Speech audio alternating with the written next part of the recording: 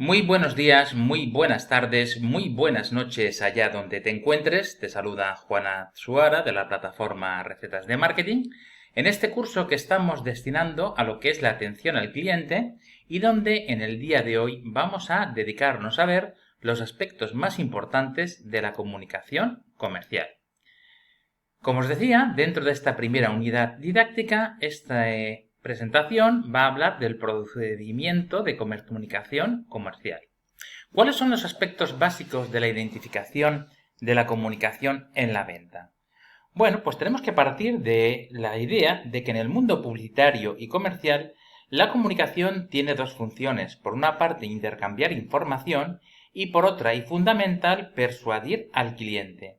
En definitiva, no estamos hablando de una comunicación transaccional, sino simplemente una comunicación que lo que buscamos es influir. Y eso es lo que veréis que se está poniendo de moda en Internet con todo lo que es, bueno, pues aquello que se llaman los cursos de formación persuasiva. Es decir, en definitiva, las personas que trabajan en lo que es la redacción de textos de cara a conseguir influenciar en lo que son nuestros clientes.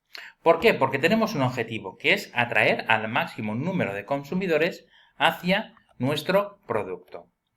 Por lo tanto, la comunicación es un proceso por el medio del cual un individuo emisor transmite un mensaje a otro receptor utilizando un código conocido por ambos a través de un canal que sirve de vehículo del mensaje. Este es un esquema que, como veis, hemos visto toda la vida, que bueno, parte de qué? Por una parte del emisor, que es la persona que formula el mensaje, y el receptor, que es el público al que le llega el mensaje. Tenemos una codificación y una descodificación, tenemos un mensaje, que es lo que tenemos que mandar, tenemos un canal o medio, que es aquel instrumento por el cual fluye lo que es el mensaje, tenemos aquellas perturbaciones, ese proceso de comunicación que los tendremos dentro del proceso de ruido y fundamentalmente tenemos lo que es una respuesta, que es la respuesta que el cliente nos da. Para mí, en este gráfico es fundamental la respuesta, el feedback. Se trata sobre todo, siempre que estés hablando con una persona, saber si esa persona está llegando, si ese mensaje está llegando o no está llegando. Y entonces tenemos que concentrarnos sobre todo pues en la evaluación de lo que es la recepción del mensaje. Por encima de este tipo de esquemas que yo creo que se estudian siempre, lo que es más importante es que al final se anda en comunicación. Es decir, cuando tú comunicas, realmente quieres saber, bueno, pues saber qué es lo que está pasando, si ese cliente con el que estás hablando le está llegando el mensaje, cuáles son sus reacciones y si te está respondiendo. Y es una forma, es algo que todos tenemos que intentar mejorar dentro de nuestra comunicación. Sobre todo saber que somos capaces de transmitir los mensajes de una forma que el cliente o la persona, el interlocutor, en definitiva los pueda comprender. Tenemos varios elementos, el emisor, el transmisor, el soporte, el canal, que fundamentalmente veréis aquí hay dos tipos de canales, lo que es el oral auditivo, por ejemplo la radio, y el gráfico visual, que es el que se está imponiendo, que sería todo lo referente a lo que es la televisión. Si bien cada día se están dando más importancia a otros aspectos del marketing, como es el tacto y lo que es el marketing olfativo, que lo que busca es sobre todo que los aromas influyan también dentro de lo que es el proceso comercial. Tenemos el mensaje, tenemos el código, tenemos el receptor y tenemos el descodificador, que es lo que permite conseguir que el receptor entienda lo que es el mensaje. Una cosa que se ha puesto de moda últimamente son los códigos QR y sencillamente se llaman códigos de respuesta rápida, en los cuales lo que hacemos es que, por ejemplo, cuando vas por cualquier tipo de establecimiento, si tú escaneas lo que es el código QR, pues te va a dar la información sobre lo que es ese producto, las características técnicas, el lugar más próximo donde lo puedes adquirir, el precio, es decir, lo que hacemos con el código QR es que mediante ese código nos envía a un determinado espacio web donde tenemos toda la información, porque la comunicación pueden ser por todos los canales. Muy importante en comunicación es no caer en los errores del proceso de comunicación, que son aquellos que se establecen entre el emisor y el receptor, cuando la información no llega o llega solamente una parte de ella o simplemente no se puede descifrar. ¿Cuáles son los factores atribuidos al emisor? Pues por ejemplo, pues no es capaz de reflejar lo que verdaderamente quiere comunicar. El emisor no conoce el idioma del receptor. Hay diferencias físicas o psíquicas del emisor. El emisor no tiene en cuenta el nivel de conocimientos del receptor o el emisor no sabe a quién dirigirse. A partir de aquí podemos entender, que la comunicación puede ser presencial o puede ser no presencial y es relativamente cuando estamos delante de un cliente. Dentro de las conversaciones o de los tipos de comunicaciones que podemos tener, pues podemos tener lo que es la conversación, que es un acto basado en el hecho de hablar y escuchar. La entrevista, que consiste en buscar información a través de preguntas y respuestas, y el discurso, que es un acto comunicativo en que el orador se dirige al público para transmitirle uno o varios mensajes. Todo esto, como os decía, son formas en las que puede realizarse la comunicación presencial. Para que una comunicación sea coherente, pues tiene que estar bien estructurada y eso significa que debe tener una fase de introducción, una fase de desarrollo y una fase final. Eso es lo que toda la vida hemos estudiado, que simplemente es una introducción, saludamos al público y presentamos el tema con un resumen breve y claro, una fase de desarrollo en el cual exponemos de forma más o menos lógica, incluidos los ejemplos y conclusiones de cada parte, y para ser efectivo, pues al final tiene que tener un final en el que sencillamente, es lo que muchas personas recordarán. Por lo tanto, al final tenemos que poner una conclusión y sobre todo un agradecimiento a la audiencia. Podemos utilizar diferentes tipos de recursos, que fundamentalmente son los tres. Tenemos los recursos verbales, controlar el contenido, expresarlos de forma clara y usando de vez en cuando el humor, escuchar al interlocutor y adaptar nuestro lenguaje al nivel de conocimientos de la persona que nos está escuchando. Pero también tenemos que cuidar lo que son los recursos no verbales, por ejemplo, lo que es la postura del cuerpo, la posición de las manos, la sonrisa, y tenemos aquellos recursos que llamaremos paraverbales, que son sencillamente una forma de comunicación un poquito diferente, en la que hablamos de que el volumen de la voz, pues evidentemente no puedes utilizar un volumen muy alto porque parecerás una persona agresiva, y si utilizas un estilo de voz muy suave, pues todo eso se perderá. También es importante la entonación para transmitir autoridad, seguridad y calma. El timbre de la voz, pues si es muy agudo puede ser molesta y si es muy grave también. Por eso es interesante de vez en cuando entender cuál es nuestra voz. Y en las grabaciones realmente vemos que nuestra voz no es la voz que realmente estamos escuchando, porque en nuestro aparato de lengua oído, sencillamente lo que están produciéndose son una serie de interacciones que nos dan la impresión de que nuestra voz no es la que realmente tenemos. Importante, la velocidad. Si hablamos muy deprisa, damos una sensación de nerviosismo. Y si lo hacemos de forma muy lenta, provocaremos nerviosismo, incluso tristeza. Muy importante, los silencios. Los silencios en comunicación son fundamentales porque tenemos que dar tiempo a que las personas acepten y asuman lo que les estamos explicando. Dentro de lo que es la comunicación, uno de los aspectos que prácticamente son más problemáticos es el teléfono. ¿Por qué? Porque el teléfono siempre es un medio de comunicación muy limitado. ¿Por qué? Porque es oral, pero no es visual. Por lo tanto, no podemos saber cuáles son las reacciones no verbales de la persona. Por lo tanto, tenemos que cuidar que la voz, los cambios de volumen, la pausa, la velocidad, la duración de la llamada y la claridad con la que nos expresamos por teléfono. A partir de aquí, tenemos nuevas tecnologías y las nuevas tecnologías nos permiten que la comunicación esté variando prácticamente por todo. Fijaros que se habla que tenemos infoxicación, es decir, tenemos tantísima información que eso nos provoca muchas veces una acumulación de información. A partir de aquí, podemos utilizar absolutamente de todo. Por ejemplo, hoy todo pasa por el móvil, pasa por el WhatsApp, por Telegram, por lo que son el Messenger, pasa por lo que es, prácticamente de todo. Fíjate que la comunicación, por ejemplo, a nivel de prensa, está totalmente quebrada. ¿Por qué? Porque hoy ya nadie lee periódicos o muy pocas personas leen periódicos. Yo entiendo que haya personas que les gusta dar su opinión y que todavía, sobre todo la gente mayor, sigue leyendo lo que es el periódico como una forma de saber la opinión de determinadas personas. Pero la inmensa mayoría lo que hacen es que se mueven ya por televisión, se mueven por otras formas de funcionamiento. Y por supuesto, tenemos lo que es el correo y lo que es el correo electrónico.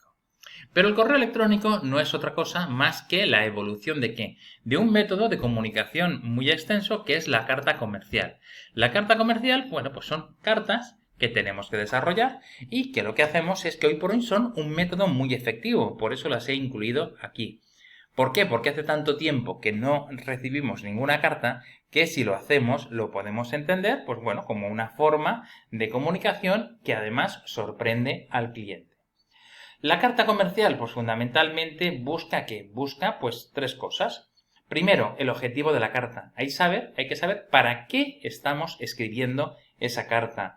Para solicitar información, para informar o para dar a conocer un producto. Son importantes las circunstancias y hechos que nos llevan a escribir la carta, es decir, por qué estamos escribiendo esa carta. Todas estas circunstancias son determinantes para enfocar la carta, evidentemente, de forma adecuada.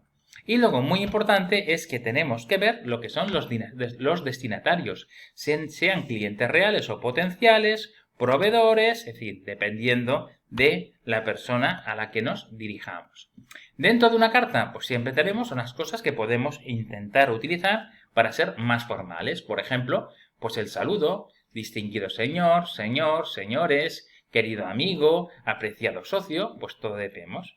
El inicio de una carta, pues puede ser nos dirigimos a usted mediante esta, tal y como acordamos con usted, según consta nuestra contabilidad, lamentamos comunicarle que, y luego por último tendremos una despedida, por ejemplo, atentamente, reciba un cordial saludo, respetuosamente, esperando sus próximas prontas noticias, es decir, eso es lo que tenemos que meter dentro de lo que es una carta. Dentro de lo que es el diseño de una carta, bueno, pues prácticamente fijaros que en esta infografía de McGraw lo explica perfectamente. Tenemos lo que es el membrete, es simplemente los datos de la persona que manda la carta. Tenemos el destinatario, que puede aparecer. El saludo, distinguido señor, se colocan 2 o 3 líneas por debajo para poderlo colocar. El cuerpo del texto, luego por último tenemos la firma, el nombre y el cargo. Y luego tenemos lo que es la fecha, que la podemos colocar largo y si hace falta pues ponemos algún anexo que cojan esa información. La información cuando la mandamos por correo electrónico pues es muy parecida. ¿Y cuál es la característica diferencial? Pues que se tiene que hacer con menos texto y lo que es la comunicación es prácticamente inmediata.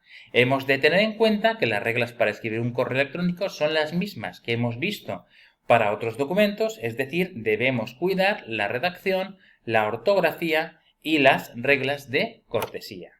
El correo electrónico, bueno, pues un correo electrónico, veis, también lo tenemos aquí, pues bueno, muy importante lo que es el destinatario. También hay que cuidar mucho lo que es el asunto, porque el asunto nos va a permitir saber por qué estamos hablando con esa persona, es decir, le vamos a llamar la atención. Y luego tenemos lo que es el mensaje, que no debe ser especialmente largo, pero sí que tenemos que tener claro que si en un momento determinado queremos coger y queremos hacer una carta que sea más larga, lo que podemos hacer es acudir a lo que es los documentos adjuntos y ahí tendremos todo lo que son pues esa información con toda la característica que podamos colocar. Dentro de la comunicación, tan importante como el lenguaje verbal es el lenguaje no verbal. Es decir, fijaros una cosa, el lenguaje verbal es el que nosotros estamos utilizando. Y es muy importante cuando estemos hablando en público tener claro que en definitiva nosotros controlamos lo que es el lenguaje verbal. Pero también tenemos que coger y tenemos que estudiar lo que es el lenguaje no verbal, que es un poco el que depende de nuestro subconsciente. Por eso es muy importante que en estas cosas ¿cómo decirlo? Con el tiempo aprenderéis a controlar vuestro subconsciente, pero es muy difícil. ¿Por qué? Porque, bueno, hay personas que son especialistas, pero cuando tú quieres decir una cosa y tu subconsciente quiere decir la contraria, entonces estás utilizando, pues bueno, diferentes canales.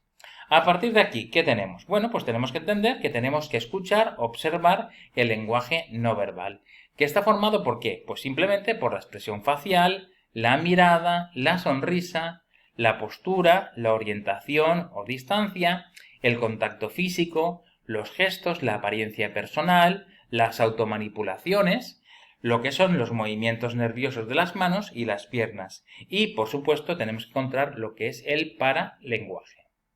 La comunicación no verbal es aquella que se encuentra como decía, en gestos, posturas, movimientos e imagen personal de los individuos. ¿Cuáles son los elementos expresivos del lenguaje no verbal? Bueno, pues son aquellos con los cuales podemos entender que estamos expresando, pues simplemente sustituyendo o reforzando las palabras que estamos emitiendo. Mensajes no verbales, ¿cuál es la pena de todo esto? Pues en definitiva que el mensaje no verbal es fundamentalmente ambiguo, por lo tanto es difícil de poder llegar a tener una posición muy clara de aquello que nos están diciendo. Por eso, la postura más inteligente es siempre llevar la convicción de lo que estás diciendo a la máxima expresión. ¿Por qué? Porque entonces todas tus posturas, imagen, todo irá en sintonía. Yo sé que es difícil de hacer, pero con el entrenamiento se puede conseguir. ¿Por qué? Porque no podemos ir en contra de nuestro subconsciente. El consciente utiliza o domina lo que es el lenguaje verbal y el subconsciente utiliza lo que es el lenguaje no verbal. A partir de aquí, ¿qué tenemos? Bueno, pues la imagen personal es el aspecto exterior del individuo y que es susceptible de variar a voluntad. A partir de aquí, bueno, pues tenemos lo que son los gestos y las expresiones faciales, con los cuales indicamos lo que son las emociones y los sentimientos. El vendedor debe de estar atento a los mensajes que le envía el cliente con los gestos de la cara. Así pues, fijándonos en algunos gestos faciales, podremos interpretar cuáles son las características del cliente. Por ejemplo, una desgana, una decisión, un afecto de seguridad, una preocupación, una cordialidad, una predisposición, amabilidad, un sarcasmo. Fijaros que tenemos cerca de 400 posibilidades distintas de caras. Por lo tanto, es un lenguaje que tenemos que estudiarlo muy bien para poder llegar a tener algunas conclusiones. Con los gestos corporales subrayamos y acentuamos lo que expresamos con el habla. La gesticulación excesiva pues generará dudas, es decir, hay que intentar, pues bueno, no aburrir a las personas. Y hay que prestar atención en las relaciones comerciales, por ejemplo, a la forma de dar la mano. Por eso, la mano es muy importante, ¿por qué? Porque como dijo Roosevelt, se puede conocer a una persona simplemente con la forma de dar la mano. La mano sirve para señalar, es una llamada de atención, sirve para demostrar, sirve para impresionar o acusar, sirve para tranquilizar. El apretón de manos, pues tiene que ser como, tiene que ser de una forma que al mismo tiempo que expresamos seguridad, apretemos o demos simplemente afectuosidad a lo que es nuestro interlocutor. Un apretón de mano suave pues denota indiferencia y puede causar una imagen negativa. Tampoco se debe saludar con la mano ahuecada porque eso también genera desconfianza. A partir de aquí, bueno, pues tenemos diferentes técnicas y medios de comunicación en la compraventa. Bueno, pues tenemos muchas formas de vender, lo que es la venta tradicional y lo que es el autoservicio. Si bien todo aquello, el comercio está evolucionando más hacia el autoservicio que hacia lo que es la tienda tradicional. ¿Cómo entenderíamos una tienda tradicional? Pues una tienda que cuando entras te encuentras fundamentalmente con lo que es el mostrador. En los autoservicios o en las tiendas modernas, todo lo que es el mostrador se pone al fondo y toda la tienda se convierte en almacén. Si bien hay muchas formas de vender, tenemos la televenta, tenemos la venta online mediante internet y tenemos otros tipos de venta, como puede ser la venta ambulante o la venta en fábrica. A partir de aquí, pues tenemos que tener claramente dos versiones. Hay personas que lo que hacen es que piensan que la venta empieza cuando se produce el contacto entre el vendedor y el cliente, y otras personas que pensamos, y ahí me incluyo, que toda guerra, como dijo Napoleón, toda batalla es ganada antes de celebrarse. Por lo tanto, tenemos que comenzar a planificar las operaciones de venta mucho antes. Por eso generamos varios modelos, que son modelos que entenderemos como modelos para lo que es crear lo que es la venta de un determinado producto. El primer modelo es el modelo AIDA, que basa fundamentalmente en la persuasión, que es la herramienta fundamental para poder vender nuestros productos. El modelo AIDA simplemente es el acrónimo de las palabras atención, interés, deseo y acción. Y esto lo podemos ver, por ejemplo, dentro de lo que es un concesionario, bueno, o simplemente lo que es el diseño de un establecimiento. Bueno, pues simplemente lo que conseguimos es que queremos ganar la atención y entonces lo que intentamos es llevar al consumidor para que se fije en aquello que se le quiere vender. Cuando tu fachada, cuando tu establecimiento tiene una determinada imagen, ¿estás llamando qué? Estás llamando la atención. A partir de aquí, cuando ya el cliente hemos conseguido que entre, tenemos que buscar el interés, que simplemente es animar al cliente a que se interese por el objeto que queremos venderle y estimularle la venta, mostrándole lo que son las características del producto. Tercer paso, el deseo. El vendedor debe lograr que el cliente quiera adquirir el producto aceptando que lo necesita. Es decir, tenemos que buscar un tercer aspecto. Y por último será la acción, que consistirá en la venta. Esto, por ejemplo, lo vemos en los concesionarios. La atención, venga y pruebe el nuevo coche. El vendedor, ¿qué es lo que hace? El vendedor le dice, mire, aquí tiene este coche y le explica de todas las características técnicas que ese coche tiene. Paso siguiente, tenemos el deseo. El vendedor logra que el cliente quiera adquirir el producto. ¿Cómo? Pues probándolo. No hay forma mejor que visualizar. Simplemente diciendo, súbete, vamos a dar una vuelta, ves qué fino va, oye, ahora lo coges tú, ves, pues mira, acelera, vamos, entra, sube, perfecto. Y por último, ¿qué tenemos que hacer? Pues cuando ese hombre ya ha visualizado y se ha visto a sí mismo conduciendo ese coche, el último paso, ¿cuál es? Pues simplemente consiste en decir, pues cerrar la venta. Y entonces decir, pues en este momento utilizar alguna técnica de venta, como el ahora o nunca, y es decirle, mira, si en este momento te interesa mi producto, estas son unas condiciones muy interesantes. ¿Cuáles son las fases de la entrevista? Pues mira, las fases del proceso de venta son las siguientes. Por una parte tenemos la prospección. Y la prospección es la fase anterior a lo que es la entrevista de venta propiamente dicha. ¿Ahí qué tenemos que hacer? Pues tenemos que utilizar un prospecto, es aquella persona que puede ser futuro cliente nuestro. Podemos contactar con él y ¿cómo lo podemos hacer? Lo podemos hacer por correspondencia, por teléfono, podemos buscar la introducción directa y la mejor forma de conseguir un cliente son mediante lo que son las referencias o relaciones. Y una vez ya estemos con el cliente, hay otro aspecto que es, todo está estructurado. Por lo tanto, todo vendedor tiene que tener un plan que va a desarrollar delante de su cliente. ¿Qué es lo que vamos a hacer? Pues por una parte va a tener una toma de contacto, va a tener una entrevista, cuyo objetivo fundamental va a ser detectar la necesidad / motivación, va a tener una convicción, donde va a tener que dar argumentos y pruebas y objeciones, y a partir de ahí vendrá lo que es el cierre y los pasos a dar. Esto se materializa, por ejemplo, en el método SPIN. ¿Qué es lo que busca? Pues el método SPIN parte de la siguiente base. Consiste en obtener el máximo de información por parte del cliente a base de hacerle una cantidad de preguntas y así ofrecerle el mejor producto o servicio. El método SPIN parte de la situación. ¿Cuánto piensa gastar? Preguntas generales que nos ayudan a comprender cuál es el contexto en el que se mueve el cliente. No nos conviene extendernos mucho en este tipo de preguntas, pero es una forma de empezar a detectar lo que es la necesidad. A partir de ahí tenemos lo que es el problema, el dolor. Consume demasiado combustible su coche, preguntas dirigidas a detectar las contrariedades, las dificultades del cliente, con el fin de que se sienta comprendido y ayudado por el vendedor. A partir de aquí pasaremos a la tercera fase, que es la implicación, que simplemente va a agrandar el problema. Se trata de que el cliente vea cuáles son las consecuencias negativas, cuánto tiempo puede aguantar a su coche, qué hará usted cuando ya no tenga coche. Y por último, ¿cree que si le enseño una oferta le ayudaré? Pues sería lo que es la necesidad o beneficio.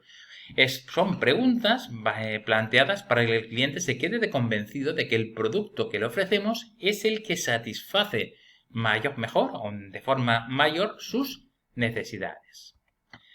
Otra forma es el sistema de entrenamiento de la Escuela de Negocios Celeb-Noel, que es una técnica propuesta por la Escuela de Negocios, esta Escuela de Negocios, en la que busca, pues simplemente, pues vamos a ver cuáles son las formas. Por ejemplo, primero que nada, pues verificación de los preparativos. Significa preparar los elementos necesarios para la entrevista. En segundo lugar, tendríamos lo que es la entrevista efectiva y vendedora, que consiste en detectar la necesidad del cliente. Cuando tengamos la necesidad, definir la necesidad mediante la técnica de las preguntas. Cuarto, una demostración es mostrar las características y señales y señalar los beneficios.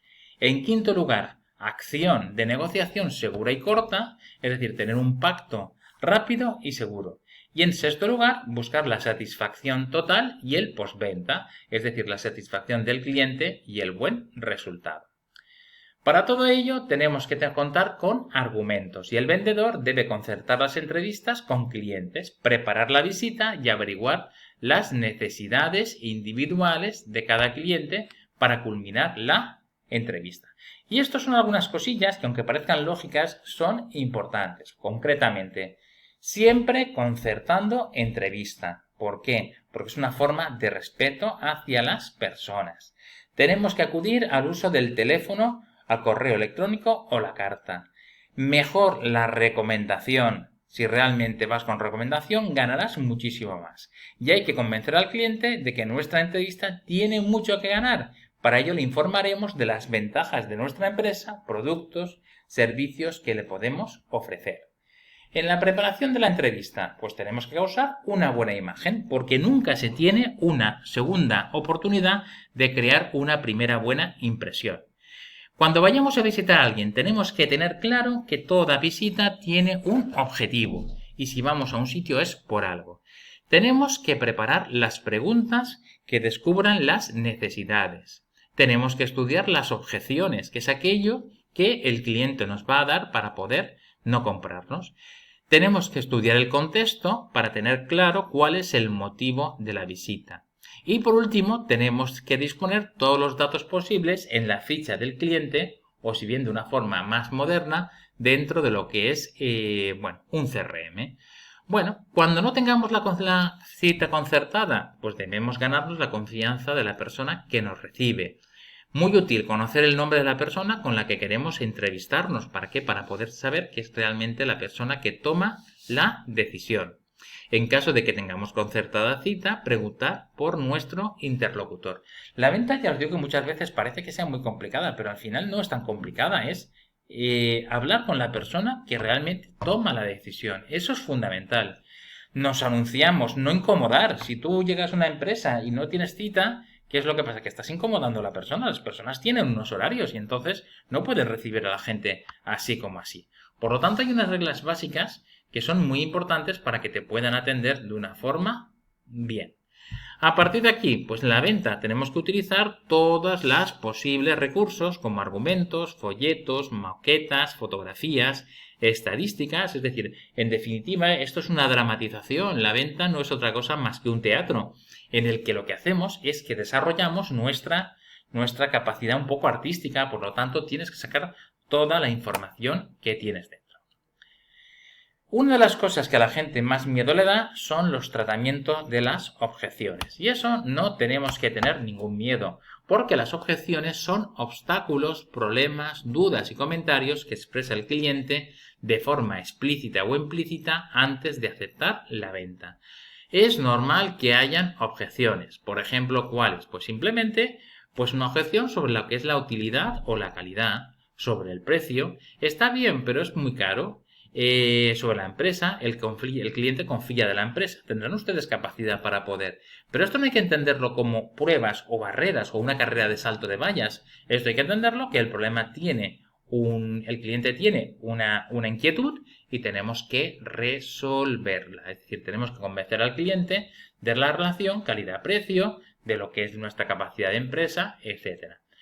Habrá veces que simplemente nos dirán, bueno, pues mira, ahora no tengo tiempo para, o por ejemplo, no soy el que toma la decisión, pues entonces lo que tenemos que hacer es pues aplazar la venta hasta el momento que se produzca. Habrán veces que las objeciones serán de todo tipo, a lo mejor hay antipatía al vendedor, entonces habrá que buscar, pues bueno, por qué es la razón esa, y si la cosa se hace muy tensa, pues lo mejor será pasarle a otro vendedor esa posibilidad. Y habrá veces que te puede decir simplemente no tiene dinero, pues entonces habrá que buscar el momento en el cual esa persona se haya recuperado para poder coger y para poder tomar esa decisión. Otras objeciones típicas y las respuestas de un vendedor debe ofrecer son, por ejemplo, no decido yo, pues digamos de quienes decide, esto no se va a vender, pues pruébelo y verá, esto es muy caro, tiene gran calidad, lo tiene todo el mundo, claro, es bueno, no me acaba de gustar, ¿por qué motivo? Es decir, siempre tenemos que intentar buscar cuáles son las objeciones. Y hay que pensar siempre que hay objeciones que son válidas, entonces, ¿qué tenemos que hacer? Pues simplemente admitir la situación y no insistir. ¿Por qué? Porque muchas veces parece que queramos insistir dentro de lo que es el cliente para conseguir ¿qué? Para conseguir más información. Y no vas a conseguir nada. ¿Qué es lo que tenemos que hacer con las objeciones? Pues mira, a mí de todas las técnicas, la que más me gusta es esta que tenéis aquí, que es el sí, pero. Si tú quieres convencer a alguien, dile sí, eso es verdad, pero, y te lo llevas a tu terreno.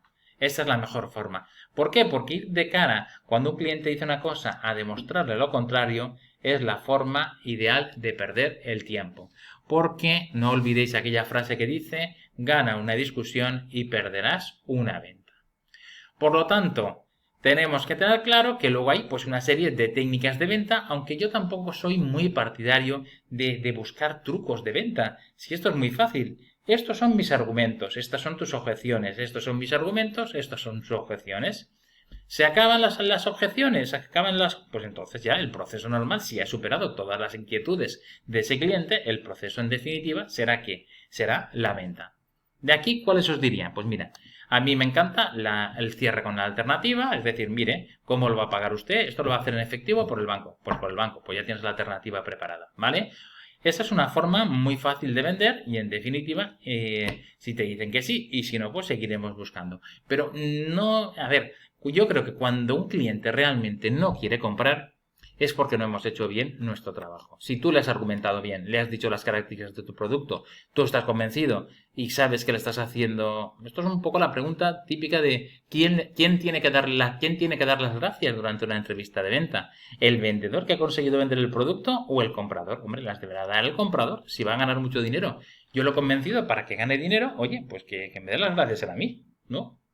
En definitiva, bueno, es una aptitud. Una cosa es la educación, que por supuesto hay que tenerla, y otra cosa es que cuando, por ejemplo, en el mundo que más conozco yo, que es el cerámico, oye, si tú le estás vendiendo un producto a una persona, él va a ganar mucho dinero con ese producto, pues bueno, cuando vuelves allí, evidentemente te hace la hora, evidentemente, ¿vale? Luego, por último, tenemos, ya entrando o llegando ya al final, tenemos lo que son las quejas, las reclamaciones y las devoluciones. Las quejas, bueno, pues simplemente es que las cosas, simplemente por pura estadística, no van a salir siempre todas perfectas. Y aquí podemos tener, pues bueno, lo que son las quejas. Las quejas son muy importantes porque bendito sea el cliente que se queja. Porque el cliente que se queja es aquel, en definitiva, que te está diciendo aquello que no estás haciendo bien. El cliente que no se queja, se va y no vuelve, pues no nos aporta nada. Cuando estamos hablando de una reclamación, pues estamos hablando de una situación diferente. ¿Por qué? Porque ahí sí que se quiere que haya una compensación. Y por último tendremos las devoluciones, que son, pues bueno, una cosa que mina a la empresa, pero que también tenemos que cuidar. A diferencia de la queja, la reclamación incluye la exigencia de resolver una situación de insatisfacción por parte del cliente. ¿Qué buscamos fundamentalmente? Pues fijaros que aquí es muy importante siempre intentar fidelizar y conseguir que el cliente esté satisfecho, que esté encantado, como os decía. ¿Por qué? Porque un buen servicio de atención al cliente debe tener un horario adecuado para satisfacer al consumidor. Tenemos que entender que el cliente puede hacer valer sus derechos. Por lo tanto, pues ante cualquier queja, pues bueno, tienes que dar una respuesta. Y esa respuesta, cuanto más inmediata, mejor. Porque mira, si una persona tiene una reclamación, pero le mandas un correo diciéndole, mira, estate tranquilo, que estoy en ello, ya has ganado muchísimo, ya tienes mucho camino ganado. Toda la empresa se debe implicar en la satisfacción del cliente, porque fijaros una cosa, hoy por hoy todas las empresas, toda una empresa es comercial. Tenemos que escuchar las quejas de los clientes de una forma rentable para que las empresas, si son rápidas, puedan resolverlas de una forma eficiente. Y por último, tenemos la fidelización. La fidelización consiste en que el cliente no cambie de marca. Para ello hay que crear un vínculo entre el cliente y la marca. La insatisfacción con el servicio de ventas se convertirá en pérdida de clientes. Pero si tú resuelves a un cliente lo que es un problema, tendrás cliente para muchísimo tiempo. Y sobre todo, ya llegando al final, hay que tener claro que el vendedor se debe de asegurar de que el cliente paga, porque una venta solamente finaliza cuando el cliente realmente ha pagado. Si no, nos encontraremos con ¿qué? Con que tendrá que aparecer lo que es el servicio de administración y eso presenta importantes problemas. Por último, las técnicas de recuperación de clientes, bueno, pues simplemente tenemos que mantener un contacto directo con el cliente, tenemos que escucharle, tenemos que darle soluciones y ofrecer ofertas como descuentos especiales o prestaciones de servicios. Por eso es muy importante que el servicio postventa busque su fidelización mediante ¿qué? El asesoramiento e información, la garantía y la asistencia técnica en caso de reparaciones, recambios, repuestos, etc. Todo esto se incluye dentro de lo que es las herramientas CRM, que las hemos visto en clase, pero bueno, son un modelo de gestión orientado al cliente en lo que se busca es atraer y retener los clientes e incrementar su satisfacción. El CRM es un proceso de negocio, una filosofía empresarial en donde todos los recursos se implican en la atención personalizada. Muchas gracias, estuvo contigo Juan Atsuara de Recetas de Marketing en este capítulo dedicado a lo que es la comunicación comercial.